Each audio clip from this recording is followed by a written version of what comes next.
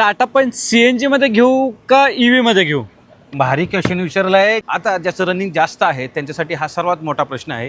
पंच EV का पंच CNG? पंच EV टॉप एंड व्हेरियंटची प्राइसिंग येते 13,27,000 रुपये आपल्या मुंबईमध्ये आणि पंच CNG ची टॉप एंड म्हणजे अकम्प्लिश प्लस येस व्हेरियंटची प्राइसिंग येते 12,08,000च्या आसपास. म्हणजे EV मध्ये तुम्हाला एम्पॉवर प्लस येस व्हेरियंट मिळणार आणि CNG मध्ये अकम्प्लिश प्लस येस व्हेरियंट पाहायला मिळणार. म्हणजे 1,15,00,000 रुपये देऊन तुम्हाला टाटा पंच EV मध्ये टॉप एंड व्हेरियंट मिळतं. पण बेनिफिट काय आहे? पंच EV फुल चार्जमध्ये चालते जवळजवळ 355 किलोमीटर आणि टाटा पंच CNG फुल सिलेंडरमध्ये चालणार जवळजवळ 200 ते 250 किलोमीटर.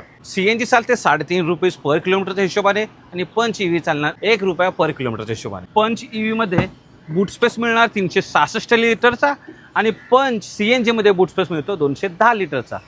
फीचर्सबद्दल बोलायचं झालं तर या गाडीमध्ये तुम्हाला लेदर सीट्स मिळतात, व्हेंटिलेटेड सीट्स आहेत.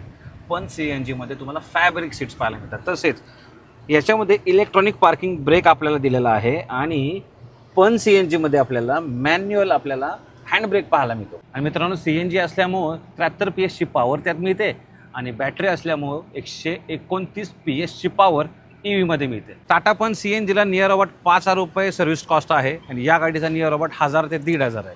इथे सुद्धा पंच EV विनर ठरते. म्हणजे जर तुमचं रनिंग खूप जास्त आहे तर तुमचं रनिंग कॉस्ट टाटा पंच EV ची कमी येते कम्पेअर टू CNG. 3.5 रुपये आणि 1 रुपये सरळ डिफरन्स आहे. सो 1,15,00,000 रुपये डिफरन्स आहे. त्याच्यामध्ये तुम्हाला भरपूर फीचर्स आणि रनिंग कॉस्टच कमी आहे मित्रांनो. त्यामुळं मी म्हणेन जरी तुम्ही पहिली कार घेताय तर आता टाटा पंच EV घ्यायला काहीच प्रॉब्लेम नाही आहे. का अजून काय राहिलं असेल विचारा नक्की. धन्यवाद. जय महाराष्ट्र.